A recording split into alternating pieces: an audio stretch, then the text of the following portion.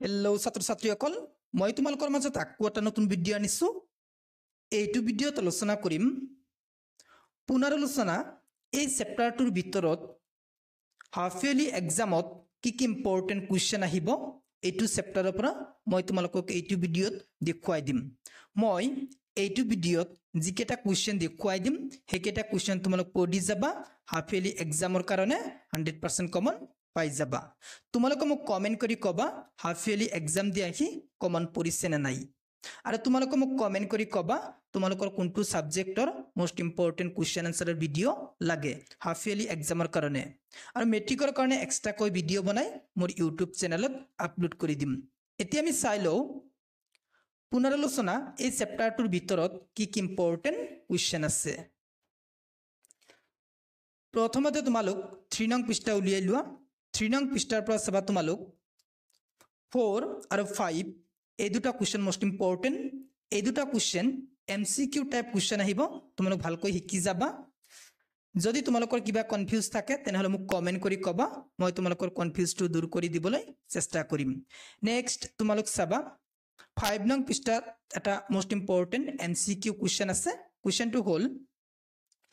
n ৰ বৰ্গ আৰু n+1 ৰ বৰ্গৰ মাজত কেইটা স্বাভাৱিক সংখ্যা আছে অপচন দিব তেতিয়া তোমালোক মনত কৰিবা n ৰ বৰ্গ আৰু n+1 ৰ বৰ্গৰ মাজত টুৱাইস n টা স্বাভাৱিক সংখ্যা আছে বুজি পালা এটো এমসিকিউ টাইপ কোৱেশ্চন আহিব নেক্সট ইম্পৰ্টেন্ট কোৱেশ্চনটো হল তোমালোক 4 আৰু 5 এই দুটা কোৱেশ্চন ভালকৈ শিকি যাবা এই দুটা কোৱেশ্চন মোস্ট ইম্পৰ্টেন্ট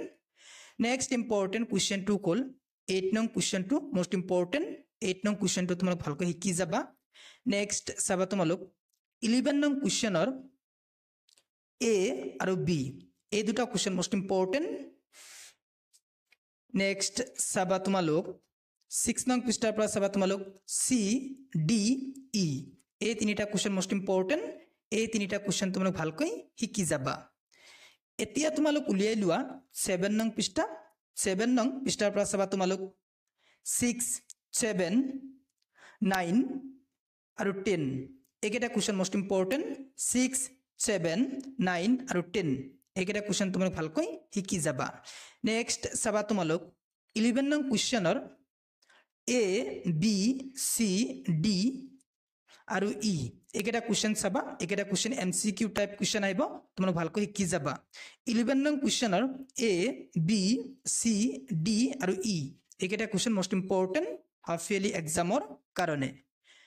নেক্সট তোমালোক চাবা 8 নং পৃষ্ঠাৰ পৰা উলিয়াই লোৱা 8 নং পৃষ্ঠাৰ তোমালোক I আৰু J এই দুটা ভালকৈ চাবা -1 whole to the power n equal 1 যদি n যুগ্ম এটো চাবা ইয়াৰ পৰা এমসিকিউ কোৱেশ্চন দিব next -1 whole to the power n equal -1 যদি n অযুগ্ম এই দুটা ভালকৈ চাবা এই দুটাৰ পৰা এমসিকিউ কোৱেশ্চন আহিব নেক্সট তোমালোক চাবা k into 10 two the power m শৰ্তটো মনত কৰিবা ইয়াৰ পৰা এমসিকিউ কোৱেশ্চন আহিব I J আৰু এটো এই তিনিটাৰ পৰা এটা এমসিকিউ কোৱেশ্চন 100% শিওৰ আহিব যদি তোমালোকৰ এমসিকিউ কোৱেশ্চন এক্সট্ৰা কৈ ভিডিঅ' লাগে মোক কমেন্ট কৰি কবা মোৰ তাত পিডিএফ আছে মই তোমালোকক WhatsApp গ্ৰুপত পিডিএফ টো দি দিম নেক্সট চাবা তোমালোক 3 নং কোৱেশ্চনৰ পৰা 2 আৰু 4 এই দুটা মোস্ট ইম্পৰ্টেন্ট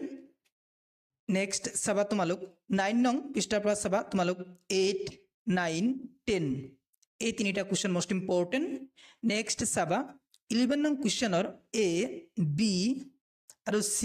এই তিনিটা কোৱেশ্চন মোস্ট ইম্পৰ্টেন্ট নেক্সট চাবা তোমালোক 10 নং পৃষ্ঠাৰ পৰা চাবা তোমালোক D আৰু E